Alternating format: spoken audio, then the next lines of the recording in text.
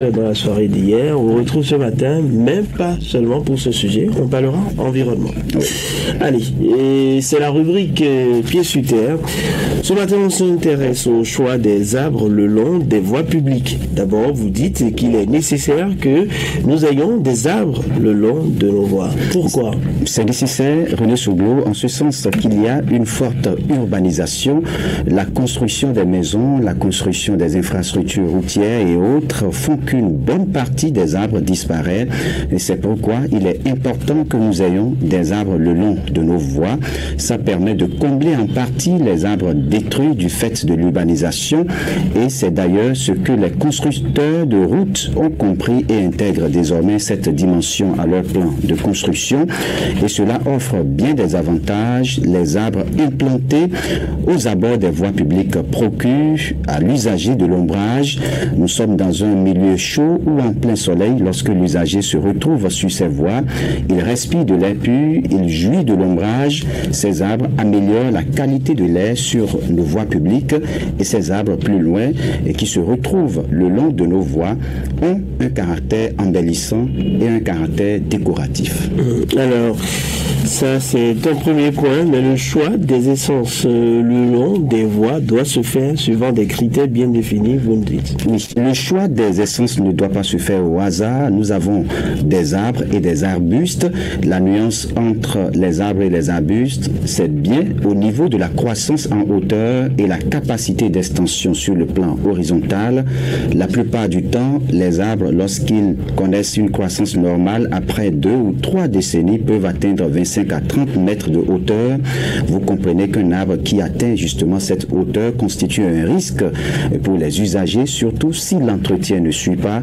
Après une certaine hauteur et après l'extension sur le plan horizontal, bien entendu, l'arbre perturbe même les installations de la SBEE et d'ailleurs ce qui oblige les agents de cette société à faire de temps en temps des largages.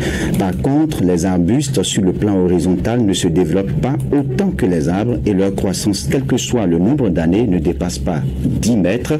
Alors, pour prévenir les dangers éventuels que pourraient occasionner ces arbres dans leur croissance, voici ce que propose Adrien Amagbeyon. Il est technicien supérieur en génie civil et aménagiste de formation.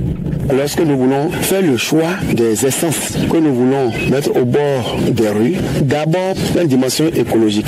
Les services des eaux et forêts arrivent facilement à déterminer les essences qui peuvent facilement être intégrées à l'écosystème de l'environnement où on est. Ça, c'est un aspect. Le deuxième aspect, c'est que à quelle distance normalement on doit planter ces arbres. Lorsque vous voyez les grandes entreprises, les entreprises qui construisent les routes, lorsqu'ils finissent de construire les routes, en agglomération, on n'a pas souvent beaucoup d'espace. Sans quoi, à partir de l'accotement, c'est-à-dire la fin de la chaussée, il faut minimum 8 à 10 mètres de cet accotement pour planter un arbre. Un arbuste, on peut le planter à partir de l'accotement, on peut le planter entre 6 et 7 mètres. Quelle que soit la croissance, lorsqu'il va tomber, ces branches ne vont jamais atteindre le milieu de la chaussée. Ils vont atteindre seulement l'accotement. Quand c'est en milieu urbain, on peut le faire comme ça. Et voilà donc, Raoul, que faire alors pour éviter que l'arbre aux abords des voies ne devienne un danger pour l'usager? Une chose, René Souglo, est d'avoir des arbres le long des voies. C'est une très bonne chose, on l'a dit, notamment sur le plan environnemental, mais l'autre et la plus importante, bien entendu, est d'avoir les moyens de les entretenir. Si nous n'avons pas les moyens d'entretenir ces arbres, faisons alors un choix en conséquence, un choix capable de nous épargner des entretiens coûteux parce que pour entretenir ces arbres, ça revient très cher à nos municipalités. Nous devons faire en sorte que ces arbres ne perturbent pas nos installations électriques et ne deviennent pas des pièges à hommes. Pour rappel, faute d'entretien, un arbre dans sa chute avait coûté la vie à un citoyen paraguayen. Voilà, merci à vous, Raoul Steve Gouloukan, pour toutes ces précisions liées donc à la rubrique environnementale Pieds sur terre. On vous propose, avant de parler